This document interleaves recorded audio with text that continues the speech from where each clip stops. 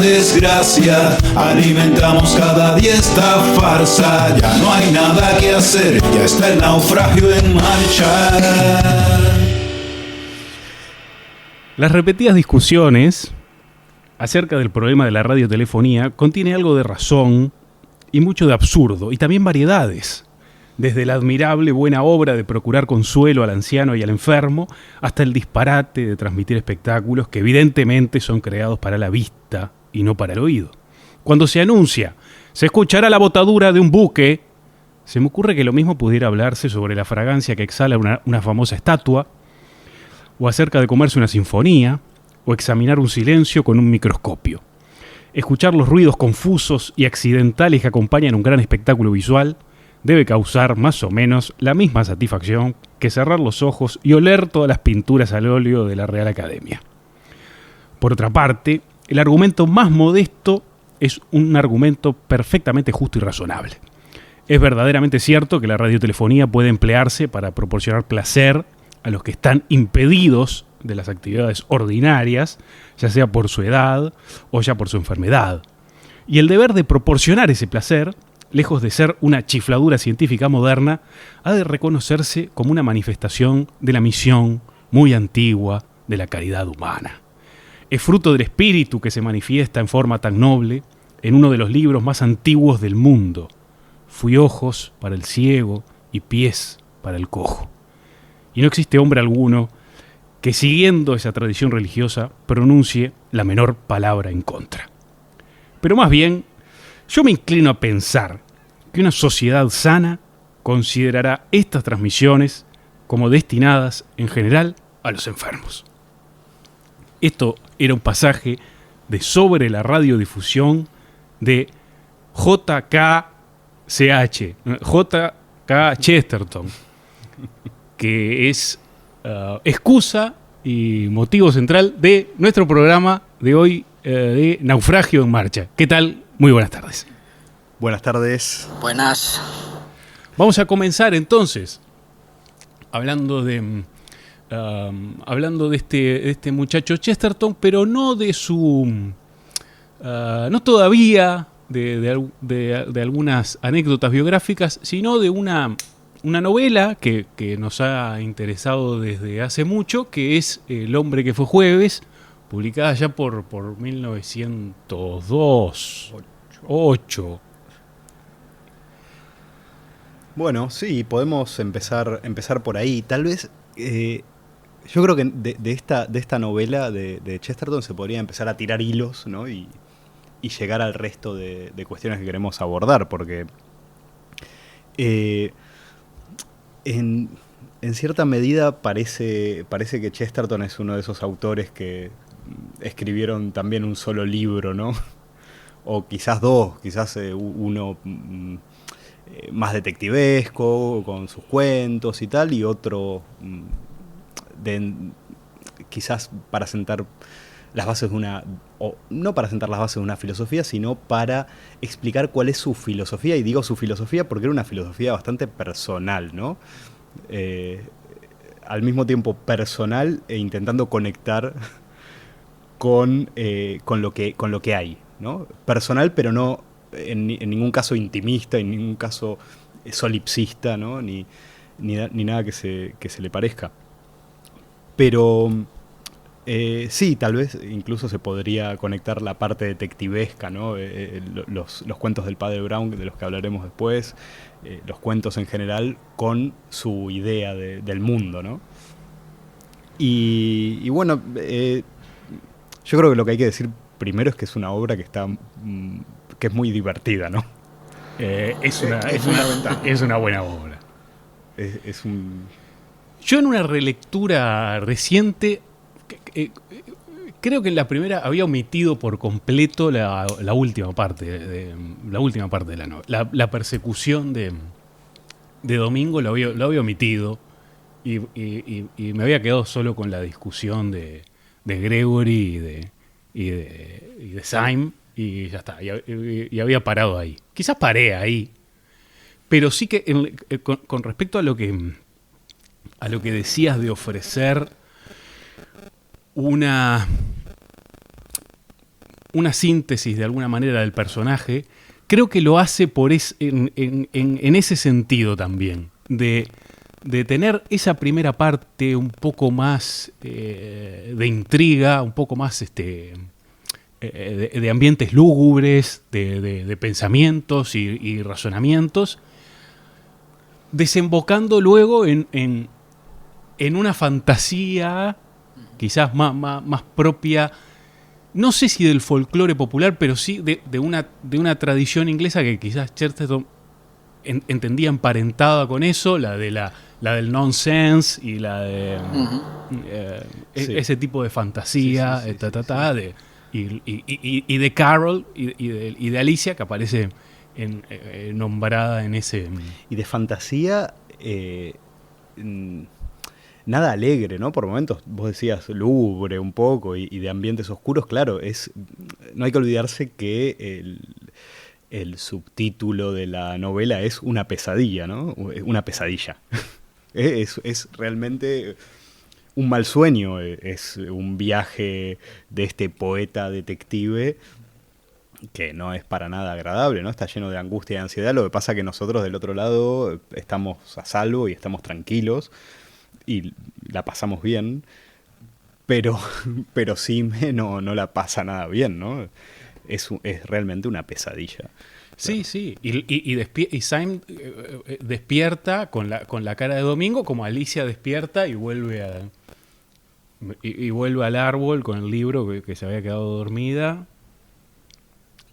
Syme despierta a reencontrarse con la mujer esta del... Sí, con la hermana de Gregory, ¿no? Gregory. Que curiosamente es pelirroja, ¿no? Yo creo que tenía algún tipo de fijación con el pelo rojo, ¿eh? Sí, puede ser. Bueno, en su biografía, en su autobiografía, habla del hombre que fue jueves como un viaje, hace hincapié en lo de la pesadilla. Dice que todos los críticos, cuando sale el hombre que fue jueves, le dan incluso la interpretación de que está haciendo un paralelismo con el viernes de Robinson Crusoe. Dice, pero casi nadie se fijó en el subtítulo, que era una pesadilla, ¿no? Y él lo asocia a la propia pesadilla suya de pasar de una época de pesimismo y de oscuridad transitar hacia una filosofía de vida y un optimismo que se pudiese fundamentar en algo, ¿no? Y él va construyendo las bases en el hombre que fue jueves de eso que podía justificar un optimismo del mundo.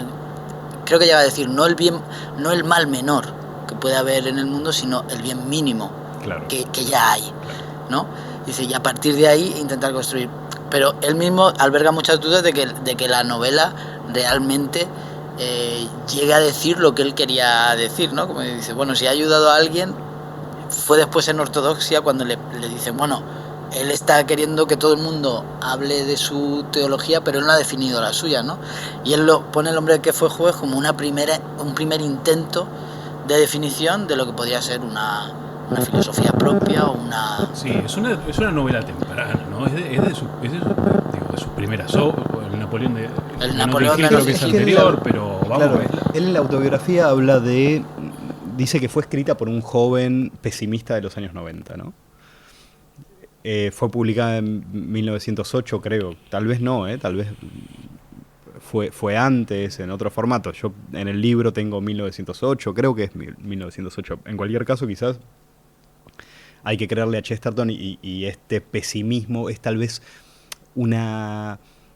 ese pesimismo todavía está en la novela, todavía está en Chesterton, ¿no? Todavía él está en una especie de transición. De hecho, la novela se presta a muchas interpretaciones, algunas panteístas, que él va a atacar muchísimo esa visión panteísta, ¿no? de la religión o del mundo.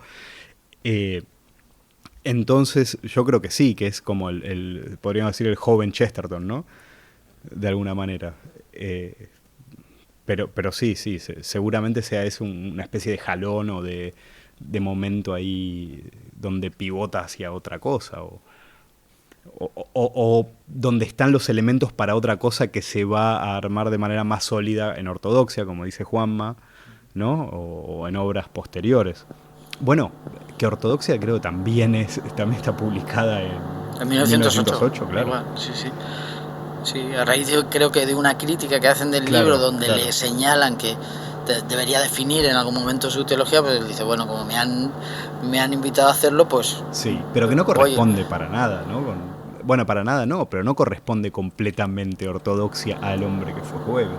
No, esa figura de domingo no es Dios, ¿no? Él mismo lo dice, no es...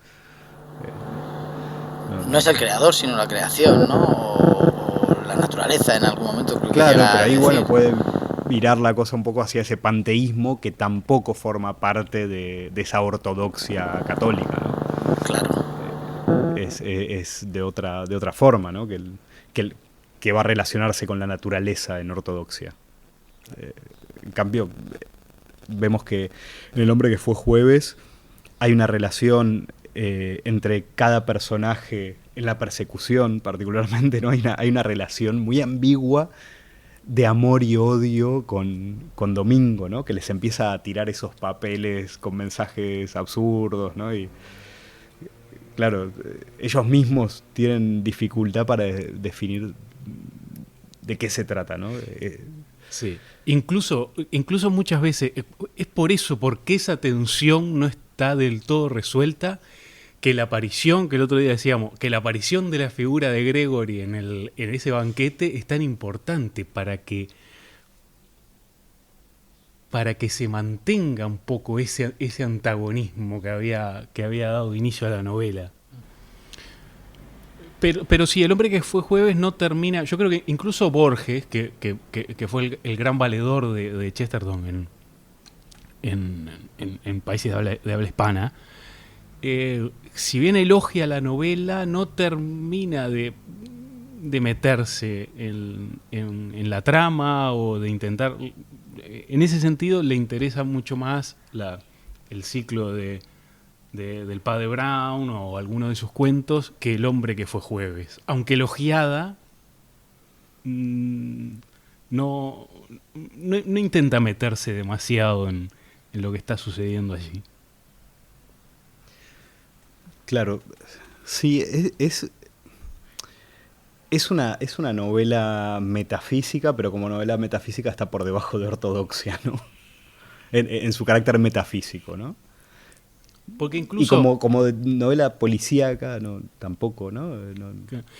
Una cosa que Borges celebra de la prosa de Chesterton de la prosa de Chesterton, del proceder que tenía con respecto a las tramas. En estos cuentos más bien de resolver un enigma, una intriga.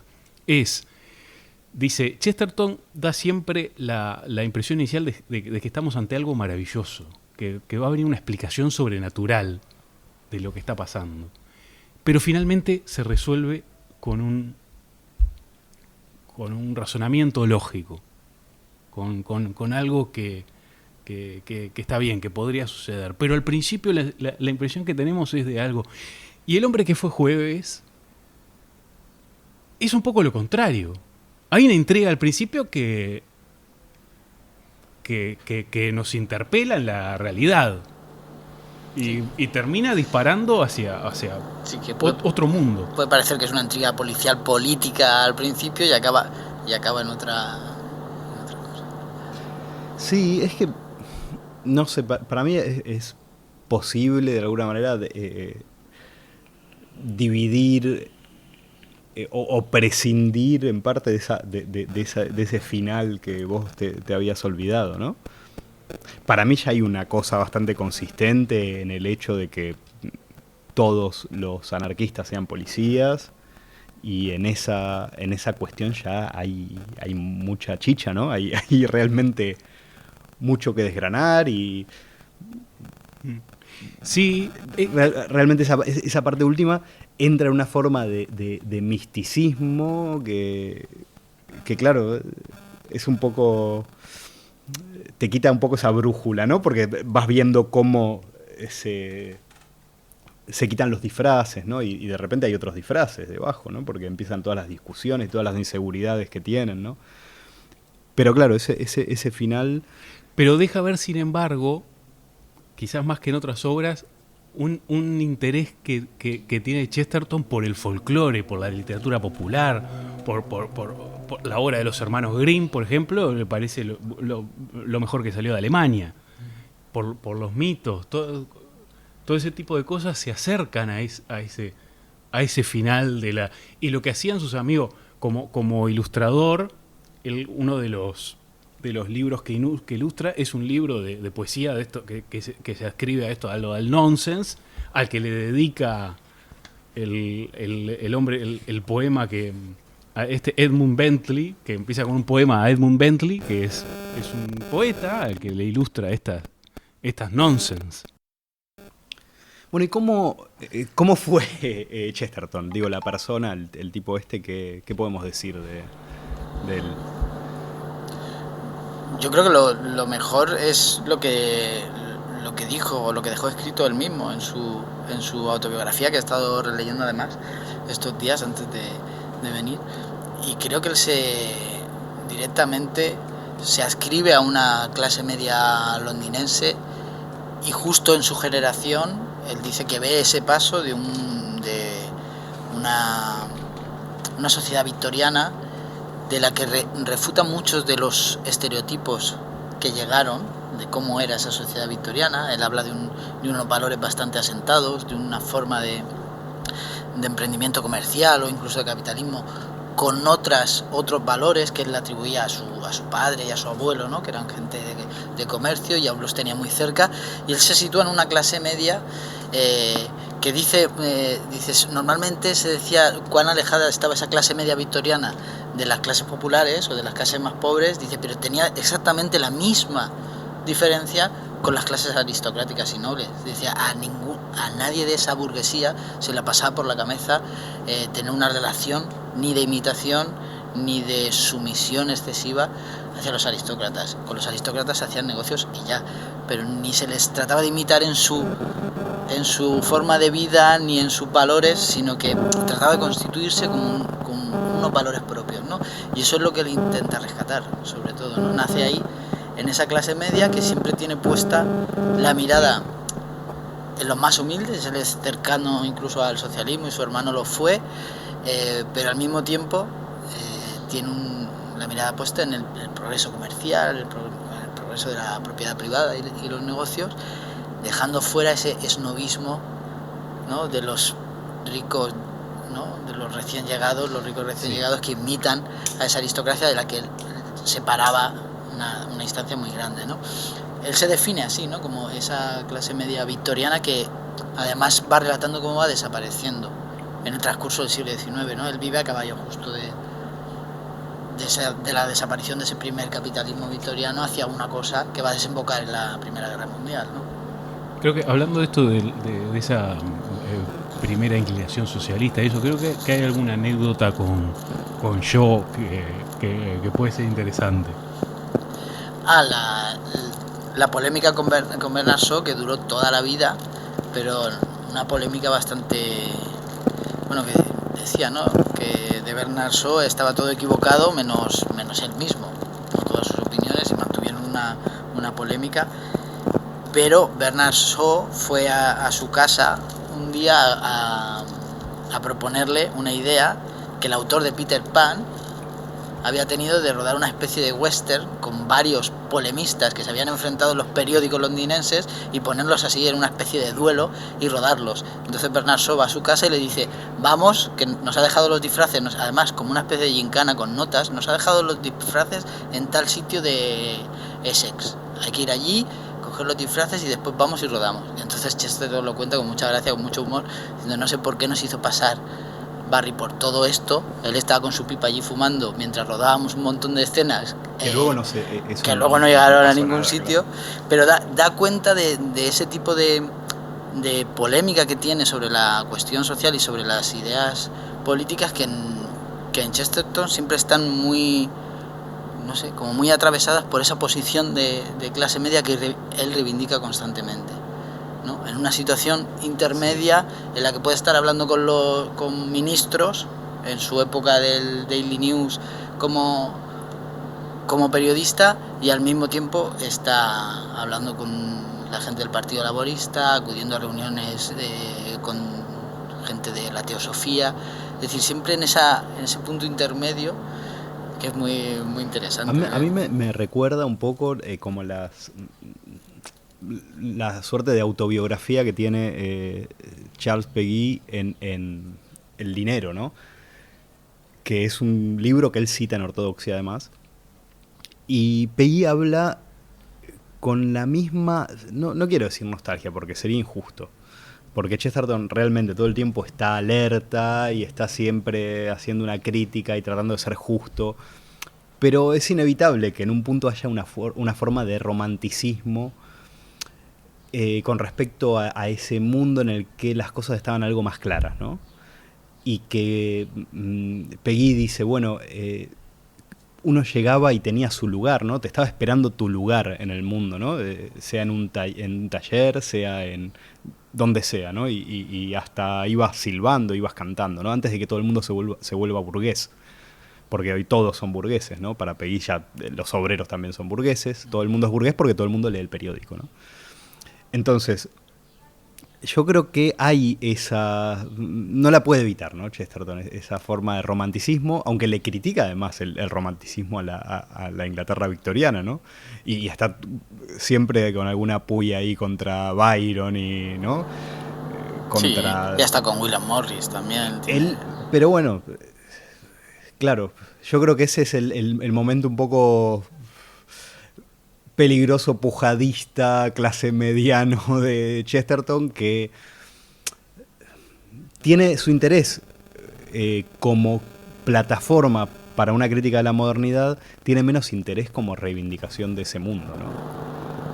Claro, es un mundo que a mí en algunas cosas me recuerda al mundo de ayer de Stefan Zweig, cuando está relatando también ese tránsito, porque es un tránsito parecido, ¿no? Desde otro punto de vista, pero es que claro, Chesterton está viendo cómo desaparecen algunas certidumbres de esa clase media victoriana y de un mundo que se había formado y en el que él se educa, pero no deja de estar a caballo entre todas las ideologías que surgen ahí para explicar ese cambio, el conservadurismo, el liberalismo y hasta el socialismo. Lo interesante es que se mueve entre todas esas vertientes e intenta sacar, lo que a mí me parece es que todo el tiempo intenta sacar cuáles son las bases de un optimismo posible entre todas esas. Entonces, incluso en sus polémicas, las que duran más tiempo, sigue intentando rescatar cuál es la parte de optimismo que puede haber. Lo que detesta fundamentalmente es el nihilismo. Claro. Lo que detesta, eso es lo fundamental, ¿no? Y claro, yo creo que ahí tiene mucho interés, no tanto una vuelta al pasado, porque él también toma con humor eso que lo sitúen como un medievalista, cuando simplemente está diciendo lo feo que es Londres, ¿no? Tiene algún dice, yo me imaginaba que 4 tiendecitas y tal se hiciesen una barricada y declarasen su independencia de la fealdad que había alrededor. Él se ríe un poco de eso, sabe que no puede suceder, pero en realidad está buscando las bases de un optimismo distinto, ¿no? Y se basa sobre todo, al final, en nacionalismos pequeños. Por eso el nacionalismo irlandés tiene desde el principio su apoyo en la guerra contra los Boer. Se pone del lado de los Boer, es decir, el internacionalismo y ese capitalismo global es lo que él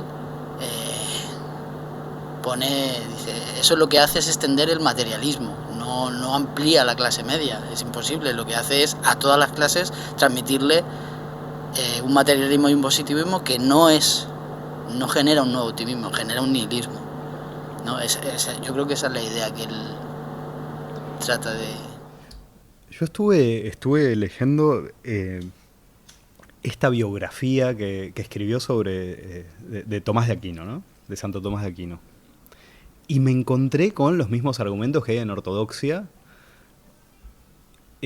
a veces formulados medio de la misma manera, ¿no?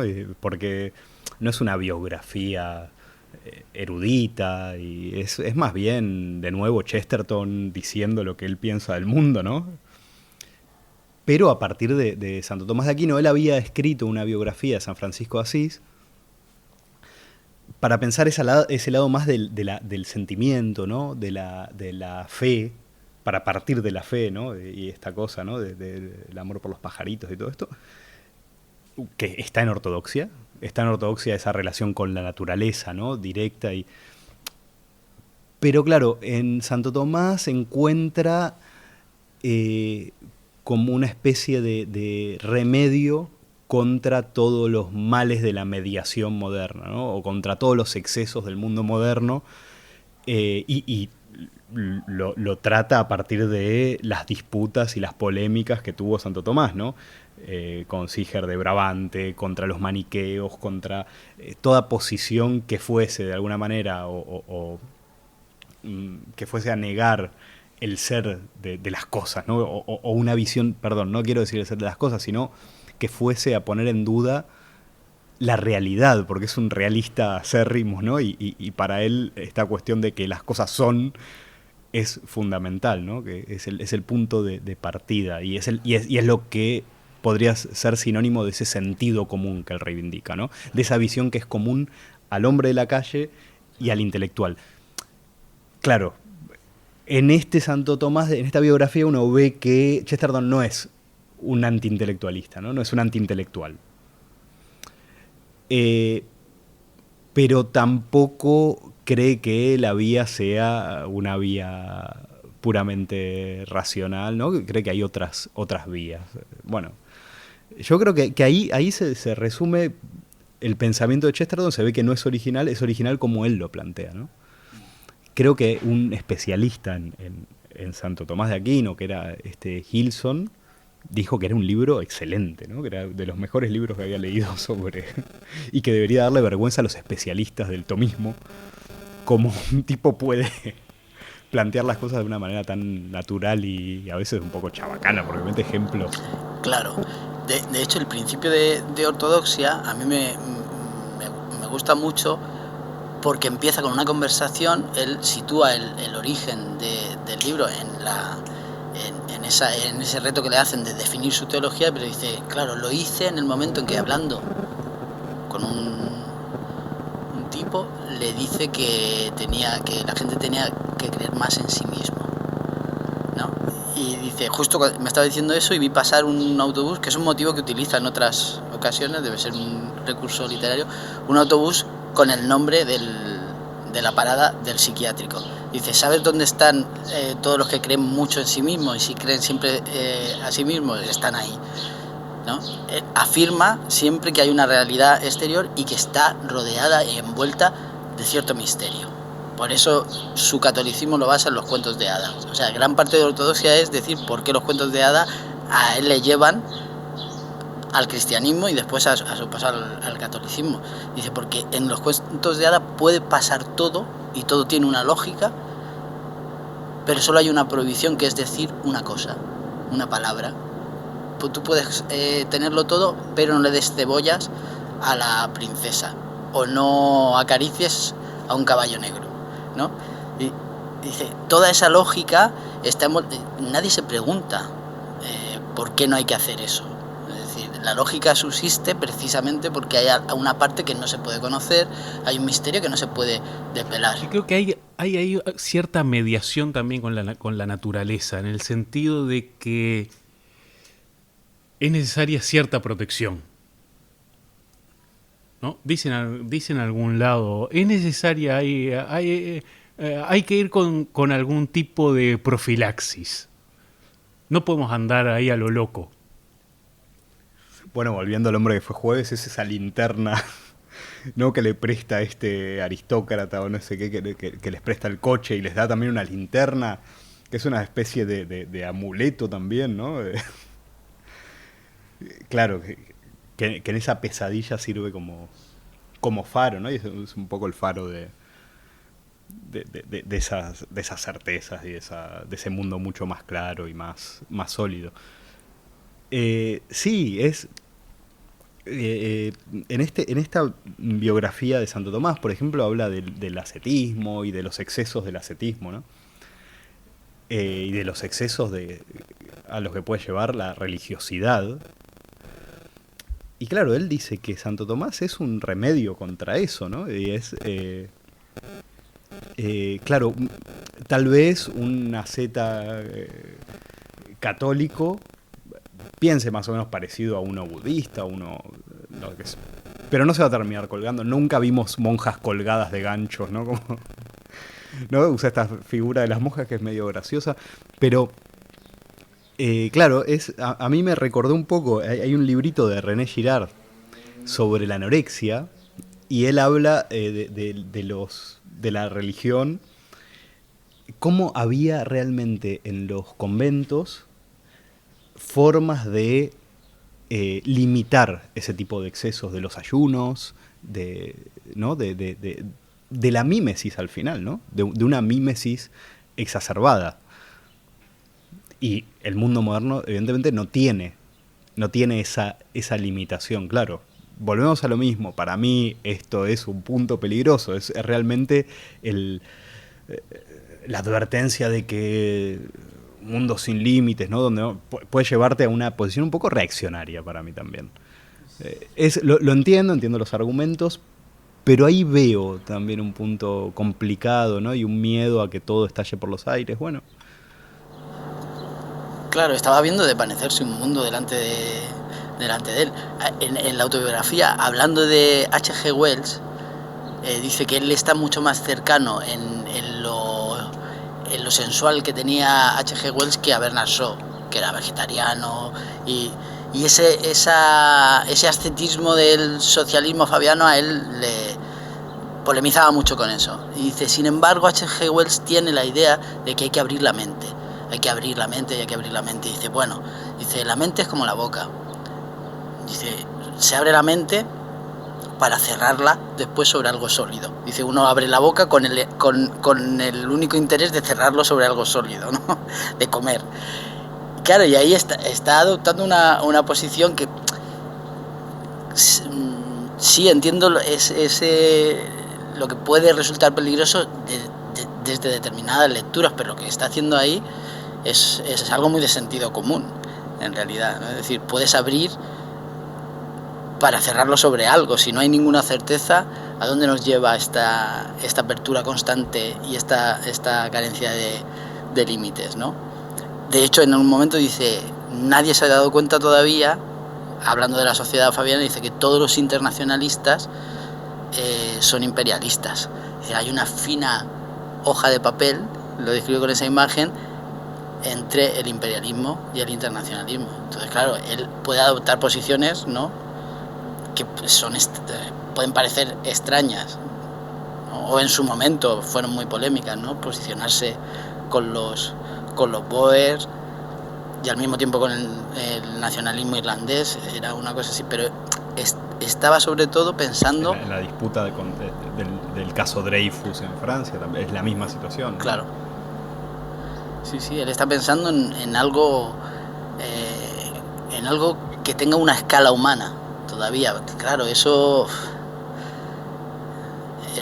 te puede llevar a posiciones difíciles, ¿no?, de sostener. No lo sé. Bueno, cuentos de Chesterton en un minuto. Hay una colección de cuentos seleccionados por Borges que editó Siruela allá por los años. Y en la colección de Chesterton, que se titula El ojo de Apolo, hay creo que 5 cuentos, una cosa así. Entre ellos están Los tres jinetes del Apocalipsis y El ojo de Apolo. Así que, con todos ustedes, cuentos de Chesterton en un minuto. Los tres jinetes del Apocalipsis. En Los tres jinetes del Apocalipsis Chesterton es un cuento muy, muy, muy cerradito, ¿no? Empieza en un jardín, en un lugar donde todos queremos que nos cuenten algo, una conversación con Mr. Pond, que parece que es el rey de las paradojas, ¿no? Y es un tipo muy simpático, que creo que tiene un libro que se llama Las paradojas de Mr. Pond. Y bueno, él cuenta que habla de un caso en el que la disciplina y la obediencia prusiana llevó a un fracaso, no sé si militar, político, sí, o un fracaso en un contexto de guerra, ¿no? En la ocupación de Polonia, ¿no? ¿Por qué dos lo obedecieron? Porque dos lo obedecieron. Si uno lo hubiera obedecido, todo hubiera salido bien, pero lo obedecieron dos. Y sí, la gente dijo, ¡ah, no puede ser, Pond, señor Pond, no puede ser! Bueno, les voy a contar. Claro, el caso es que hay dos jinetes y hay tres jinetes, ¿no? Y hay una serie van a matar a un poeta, ¿no?, polaco. Claro. Que está haciendo propaganda. Que es peligroso. Que es peligroso, es muy peligroso. Sí, sí. Entonces un general por ahí dice, a este tipo hay que matarlo. Hay que dar la orden de ejecución. El tema es que los que lo tienen prisionero, si no reciben ninguna orden, antes de las 8:30, creo que es, no se ejecuta, sí, y queda libre. Tienen que recibir la orden para matarlo. Este general dice, a este tipo hay que eliminarlo. Y está convencido de eso, de que no se puede extender esa propaganda, haciendo caso omiso a esa otra parte que es la que va a representar el príncipe que viene después. Es la otra situación, el otro elemento apremiante ahí, ¿no? Que está... Entonces manda a uno, claro, a uno fiel, a este caballo a llevar la orden de ejecución. ¡Vamos! Y allá sale. Entre tanto llega el príncipe. El príncipe lo primero que le dice al mariscal Grock es... Evidentemente no vamos a matar al poeta, ¿no? Esto sería... Además, el príncipe era un melómano y era muy adicto a las producciones de este poeta. Decía, esto va a suponer un problema enorme y además me gusta la música del poeta, ¿no? Claro, no creemos un mártir. Entonces el príncipe, sin pasar por el mariscal, dice... ¿Dónde está el caballo más rápido? Lo tiene Josh o algo así, ¿no? Y allá sale el caballo más rápido de toda Prusia a buscar a este primer jinete. A detenerlo, ¿no? A detenerlo, claro. Es ambiguo, ¿no? El verbo detener, ¿qué quiere decir, no? No, pero con eso se da más en el tercero. El tercer jinete es cuando este general desoye el mandato del príncipe y sigue con su idea inicial. No, está equivocado. Esto hay que pararlo. Así que voy a mandar a un tercer muchacho, también muy fiel, a que detenga a ese caballo veloz. A que lo detenga. Y este le pregunta, ¿qué? Puede pasar cualquier cosa. Sí. Y allá sale el tercero. Y el tercero ve que tarda mucho en llegar, ¿no? Aunque este segundo jinete fuese con el corcel más rápido, la cosa está tardando mucho. Igual lo divisa en un momento, o divisa algo que podría ser este segundo jinete. Dispara, la figura se encorva sobre el caballo, dispara al caballo, se caen en esos pantanos, que habla mucho de los pantanos y las ciénagas. Y todo cae ahí, y así que el jinete dice, vuelvo para dar la noticia. Se encuentra con el general y vuelven los dos a ese lugar. Vuelven los dos. Y se encuentran con una figura ahí tendida. Claro. Sí, bueno, se encuentran primero con que... primero se encuentran con que no sucedió lo que esperaba Grock, ¿no? Se encuentran con la figura tendida y sale a buscar el tercer jinete, sale a ver qué pasó finalmente. Claro. Y vuelve con la noticia de que no lo habían ejecutado. Entonces el problema es... ¿Cómo no? Si se eliminó al segundo jinete, entonces el primero habrá llegado a dar la noticia de la ejecución. Y tampoco llegó. ¿Qué había pasado? Pasó que obedecieron demasiado, ¿no? Pasó que obedecieron demasiado. El primer jinete elimina al segundo y el tercero elimina al primero. Claro. Entonces, la obediencia se entendió en un sentido que iba incluso más allá de la orden dada, ¿no? Ya incluso tenían que interpretar los jinetes que tenía que pasar. Entonces, Y él habla también del desdén, ¿no? Habla del desdén como otro problema, además de la obediencia, ¿no?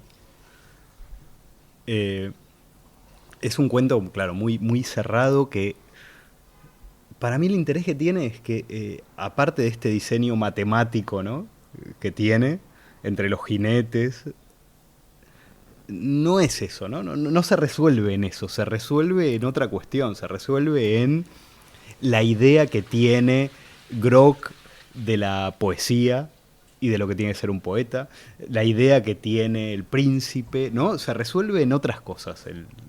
O sea, en el porqué de las órdenes también, ¿no? Sí, en la fidelidad de los... En la fidelidad, claro, no es un cuento que vaya a la cuestión matemática puramente, ¿no? Eso al final es como un medio para resolver todas estas posiciones de los diferentes personajes. Otro cuento, y este sí, mucho más matemático en su resolución, es el del Ojo de Apolo, donde el padre Brown resuelve el asesinato de una mecanógrafa. Hay un tipo que está instalado en una oficina y tiene abajo 2 mecanógrafos y arriba un payaso con una nueva religión, que tiene un ojo ahí en la fachada del edificio. Claro. En un momento está orando en vistas al público este creador de la nueva religión, y se escucha un estruendo, y es una de las secretarias que había caído por el vacío del ascensor del edificio y había muerto. Y el padre Brown sospecha, este sacerdote da su explicación de que estaba ahí arriba y yo no estaba y no había nadie, así que ¿qué vienes a hacer inculpándome a mí? Retírate, padre Brown. Chesterton incluso da señas de que el padre Brown estaba con el entrecejo fruncido, como derrotado, y lo que estaba haciendo el padre Brown no era resolver por qué le había matado el sacerdote, sino por qué la hermana también estaba implicada. Porque había, digámoslo de paso, que las mecanógrafas eran ricas y le estaban dejando, al parecer, una herencia, le estaban dejando una fortuna a esta nueva religión. Y sin embargo, el padre Brown dice, no, tú sabías que ella estaba ciega, una cosa congénita, se estaba quedando ciega, adoradora al sol, como eres, la habías expuesto también a eso, lo que había acelerado el proceso. Tú subiste al piso superior, haciéndole creer que detenías el ascensor en su piso y seguiste con el ascensor a tu oficina, haciéndole creer que el ascensor estaba parado, y cuando ella fue a buscarte, cayó para abajo. Y la hermana, entre tanto, se había encargado de que la fallecida no le diera la suma de dinero al sacerdote, haciendo que el frasco de tinta, que la pluma no estuviera llena de tinta, y pudiera quedarse a mitad de camino mientras escribía la donación. Y el padre Brown, lo simpático al final del cuento es que el padre Brown parece vencido por las explicaciones de este muchacho y dice, no, yo cuando parecía vencido es que estaba intentando ver cómo estaba implicada la hermana. Yo ya sabía que el sacerdote le había matado, que era el culpable. Eso ya lo sabía. La cosa era ver ¿Cómo estaba metida la hermana en todo esto? Hay una carta de Gramsci muy interesante, ¿no? Que, bueno, es bastante breve la observación de Gramsci sobre los cuentos de Chesterton. Pero él compara al padre Brown y a Sherlock Holmes, ¿no? Y dejando muy mal parado a Sherlock Holmes, diciendo, bueno, que es una cosa infantil y completamente burda, ¿no? En una disputa un poco religiosa, ¿no? Habla de un protestantismo pueril, ¿no? O no sé qué adjetivo usa, en el que, claro, volvemos a la misma cosa, ¿no? Esa colección de datos para un método inductivo, ¿no? Que no es para nada el del padre Brown. El padre Brown es un personaje, es un detective que se basa en observar a los hombres, observar a las personas, observar a la secretaria, hablar con ellos y deducir las cosas, ¿no? Desde una visión del mundo más amplia, con un conocimiento más fino, quizás, ¿no? No como una colección de hechos que van cerrando y tal, ¿no? Bueno, Gramsci hace esta crítica, para mí es bastante interesante, ¿no? Yo creo que te pasé, Juanma, ¿no? Esa carta, y yo creo que es el interés, ¿no? del padre Brown, que al final, bueno, no se reduce a descubrir a resolver un misterio o a que cierren las cosas, ¿no? O a una motivación puramente científica de un crimen, ¿no? Bueno, no sé si teníamos algún apunte más que hacer. Había un par de ensayitos sobre los mitos, sobre el que podríamos decir un par de cosas, ¿sí? Hay en Acantilado una colección de ensayos escogidos y cierra con dos que son El hombre y las mitologías y el último que se llama Mitología y filosofía. En Mitología y filosofía, que también lo hace El hombre y las mitologías, dice, en el cristianismo es cuando mitología y filosofía se funden, antes habían estado separadas, se funden con el cristianismo. Pero hay un par de cosas en la crítica al estudio de los mitos que, en primer lugar, descarta una interpretación ebemerista de los mitos de correspondencia con la realidad. Él aboga por la imaginación en el mito. Es decir, sí, está bien. Si reunimos a 20 niños y les pedimos que relaten un suceso, vamos a encontrar conexión con su contexto. Pero, ¿es eso lo que nos interesaba? ¿O es la fantasía, la imaginación que hay detrás? Eso por un lado, descartar lo del ebemerismo. Digo, no es que sea ninguna novedad, pero bueno, pero ahí está. Y después, otra cosa sí es criticar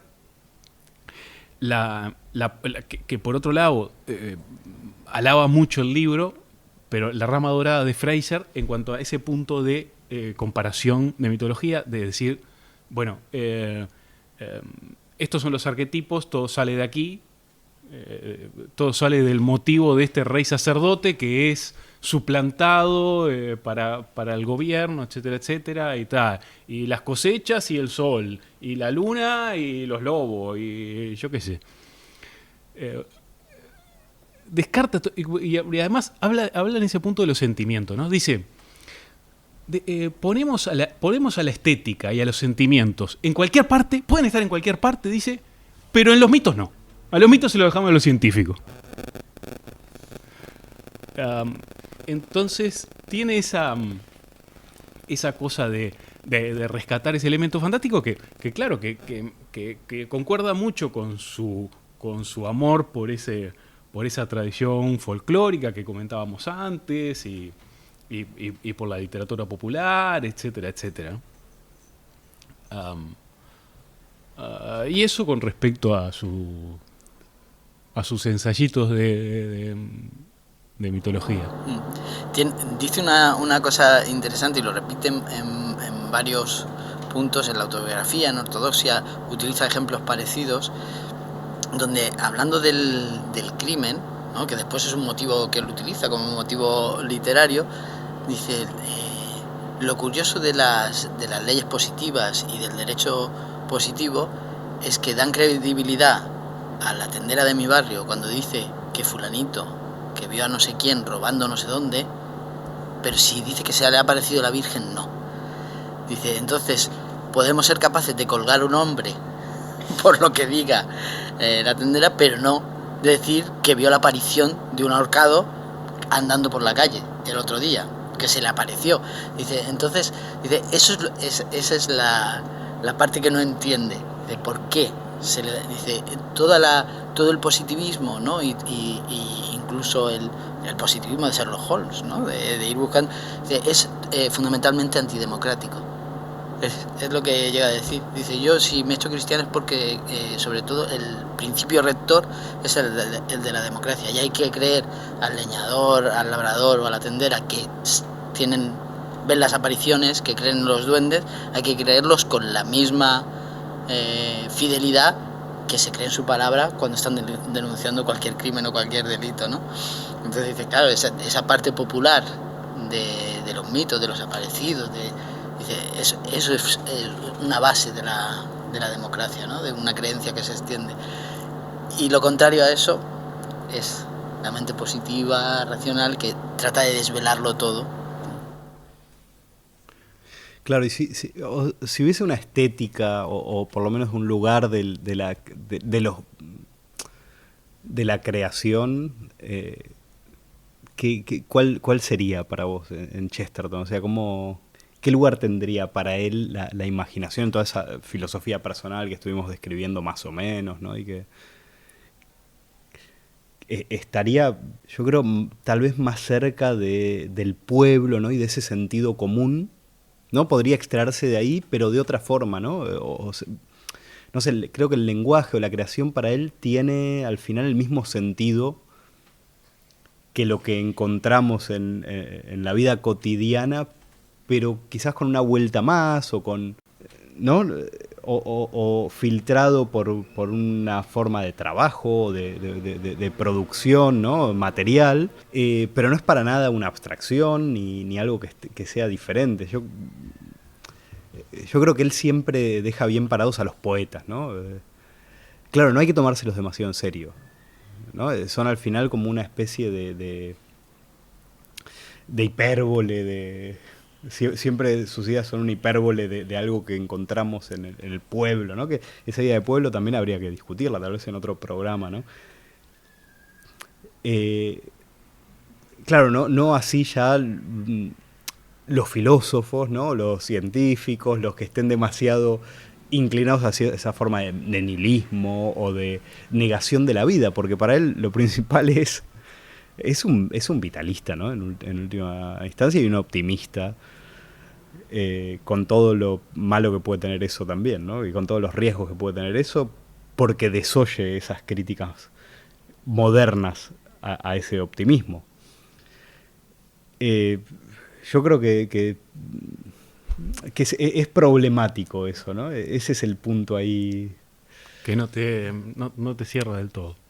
Y no por desconocimiento. Yo, por ejemplo, leyendo el texto de la biografía de Santo Tomás, que es una geografía, pero es también una especie de exposición, como decía, de las ideas de ortodoxia y de las...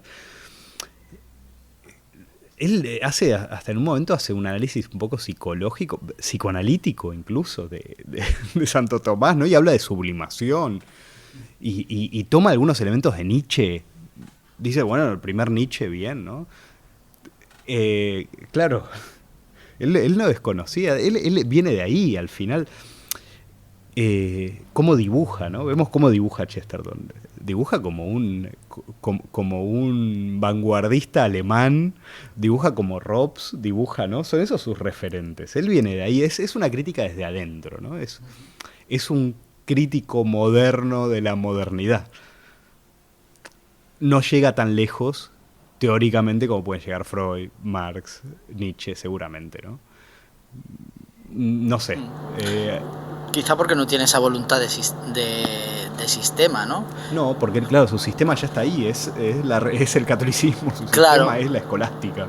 Claro, Sí, sí. Y lo que dice en Ortodoxia es, buscando mi filosofía de vida, buscando un sistema, me di cuenta que yo era producto. El cristianismo me había pensado a mí, antes de que yo lo pensase a él.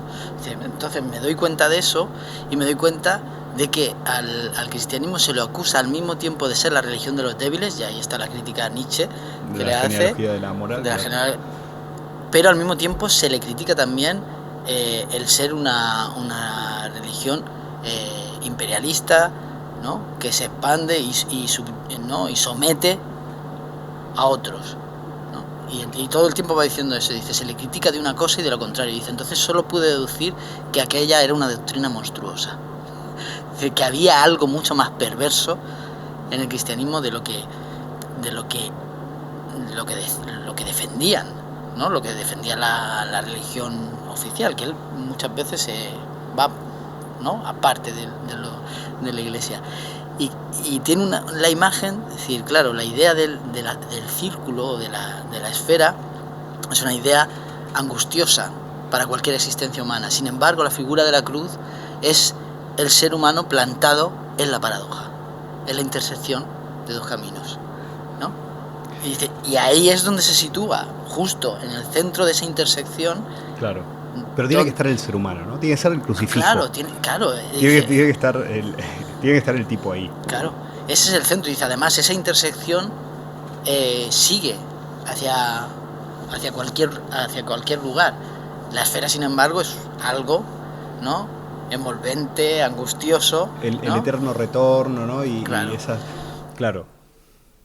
Y sin embargo, la esfera es fundamental en el hombre que fue Jueves, ¿no? Y es...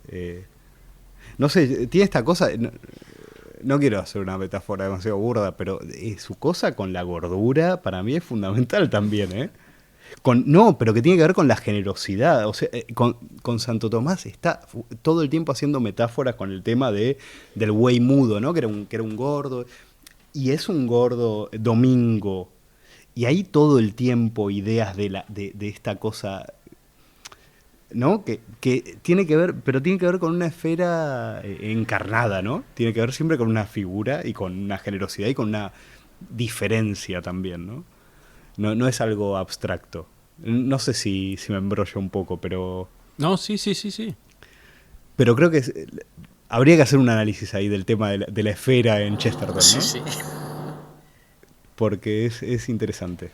Bueno, nos vamos a despedir, claro, con el final de este poemita con el que arranca El hombre que fue Jueves, que está dedicado a este Edmund Bentley. Y el final dice algo así. Esta es la historia de aquellos viejos miedos. Incluyo. Esta es la historia de aquellos viejos miedos, incluso de aquellos infiernos vaciados, y nadie salvo tú comprenderá lo que dice de verdad. Qué colosales dioses de vergüenza podían acobardar a los hombres y sin embargo estrellarse. Qué gigantescos demonios ocultaban los astros y sin embargo caían ante un disparo. Las dudas que eran tan fáciles de apartar, tan terribles de resistir. Oh, ¿quién podrá comprender salvo tú? Sí, ¿quién comprenderá? Las dudas que nos empujaban a través de la noche, mientras charlábamos vehementemente, y amanecían las calles antes de que amanecieran los cerebros. Entre nosotros, por la paz de Dios, ahora se puede contar esa verdad. Sí, hay fuerza en echar raíces y bondad en hacerse viejo. Hemos encontrado al fin cosas en común, y acuerdo, y un credo, y ahora puedo escribir sin riesgos, y tú, sin riesgos, puedes leer. Muchas gracias. Esto fue Naufragio en Marcha.